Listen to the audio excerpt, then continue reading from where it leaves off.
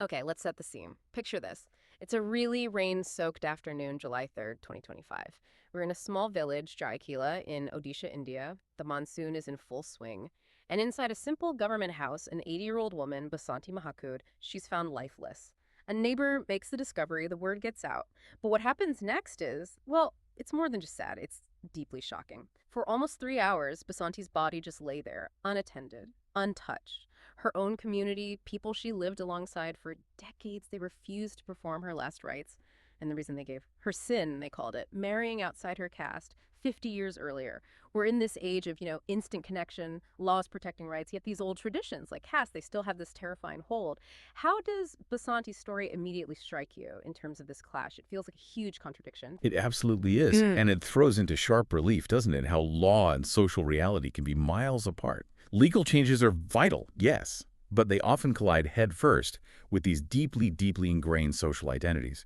For many people, especially in more traditional settings, caste isn't just a label. It's woven into the fabric of their society, their personal identity, how everything functions. So change pushed from the top down, it faces immense resistance. Right. So our mission today is really to dig into this incident, understand where it comes from, what it tells us about these deeper currents in society that maybe we don't always see. So let's get into the specifics of that day, July 3rd. Basanti, 80 years old, bedridden. She'd been relying on a few kind neighbors since her husband, Loknath, passed away 4 years back. They were childless and ostracized, totally shunned for 50 years because of that marriage, living in a government house, probably one of those Pradhan Mantri Awas Yojana homes for the poor, physically there in the village, but socially invisible. Yeah, and to really understand why this happened, we need to talk about the caste system itself. It's ancient, centuries old, a rigid social ladder based purely on birth. It dictates so much jobs, who you can marry, who you can even eat with. The basic idea is stay in your lane. And it hits hardest for those at the bottom. Scheduled castes, scheduled tribes, the SCs and STs. Basanti marrying someone outside her caste, that was seen as a very serious challenge to this whole structure. So it wasn't just frowned upon. Oh no, not at all. For couples like Basanti and Loknath, it meant severe consequences, often complete ostracization, cut off from communities, sometimes even their own families. It was seen as a fundamental breach of the social order. So back to that moment, her body is found. The elders refused the last rites. This wasn't just indifference, was it? Was it more calculated? A kind of public statement. It's hard to wrap your head around. I think it was absolutely a deliberate statement. Yes, Yeah. a really chilling public assertion of supremacy, you could say. Denying last rites. That's one of the most extreme forms of social punishment in many communities here. It goes way beyond just not caring. It's an act meant to ritually sever that person from the community, even in death. It reinforces the idea that their sin was so great, it taints their memory. It's about maintaining control, maintaining perceived purity. Right. And to feel the full weight of that, let's step back 50 years. Basanti and Loknath deciding to marry.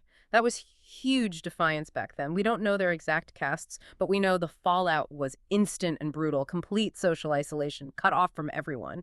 And being childless probably made that isolation even deeper, just the two of them in that government house. When Loknath died, she was truly alone, bedridden, depending on just a couple of neighbors for everything. Mm. It really underscores that her death wasn't just a personal loss. It was like the final crushing sentence in this 50-year punishment, just for choosing love. Yeah. Balram Gadanak, a former local council member who got involved later, he called it unfortunate. Said the community chose to turn their back right when they should have shown some basic humanity. Yeah. His words really cut to the core of it. It's just staggering the way this prejudice followed her not just through life, but literally to her deathbed and beyond. Can you elaborate a bit on why denying last rites is such a powerful tool for maintaining this idea of caste purity? It seems so extreme. It is extreme. Because in many Indian traditions, the last rites, the funeral rituals, they aren't just about respect for the dead. They're seen as essential for the soul's peaceful journey, and for the well-being of the surviving family and community. So by denying someone these rights, the community is essentially saying, your soul's condemned. You are cut off not just socially, but spiritually. It sends a brutal message to everyone else. Yep. Challenge caste norms, and this is the consequence. It cements the community's power. Yeah. Purity above all else, even basic decency. But then the story shifts. Amidst all this cruelty, this indifference, something quite amazing happened. When her own community failed her, others stepped up. Volunteers, activists. Yes, this is where you see real humanity shine through.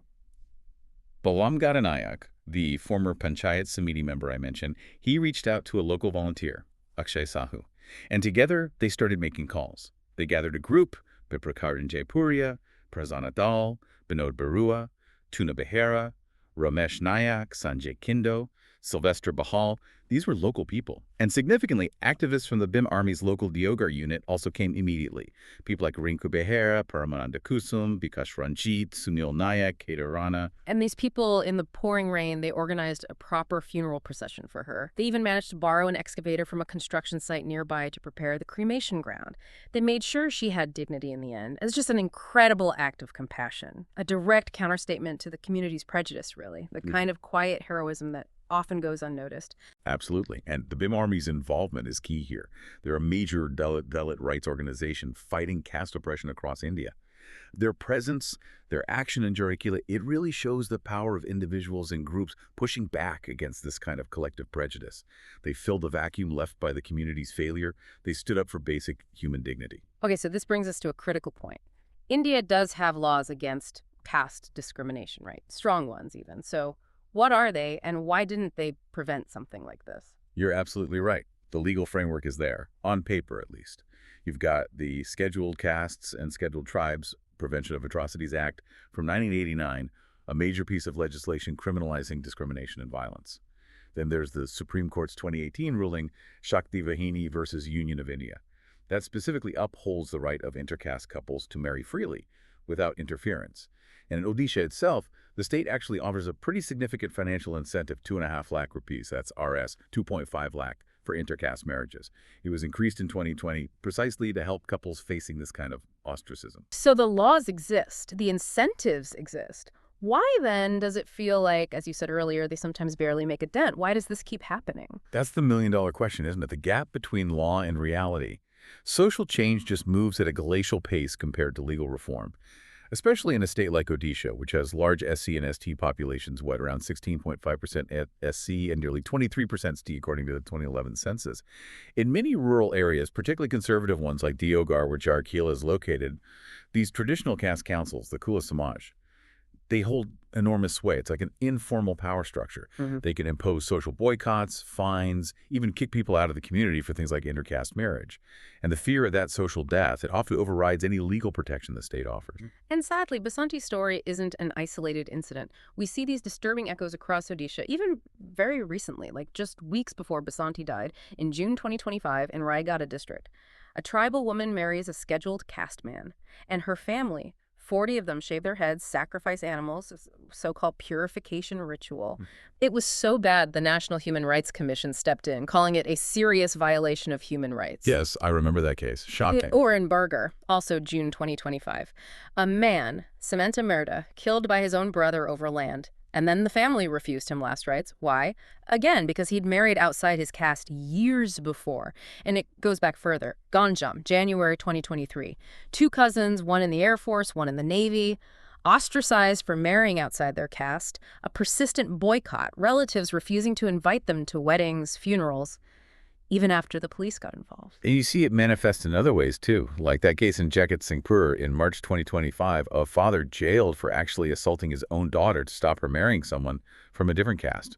These examples from different places, different times, they paint a really grim picture. It shows this prejudice isn't confined to one village or one community. It's systemic. It cuts across class, profession. And as we saw with Basanti and Samanta Murda, it literally reaches beyond the grave.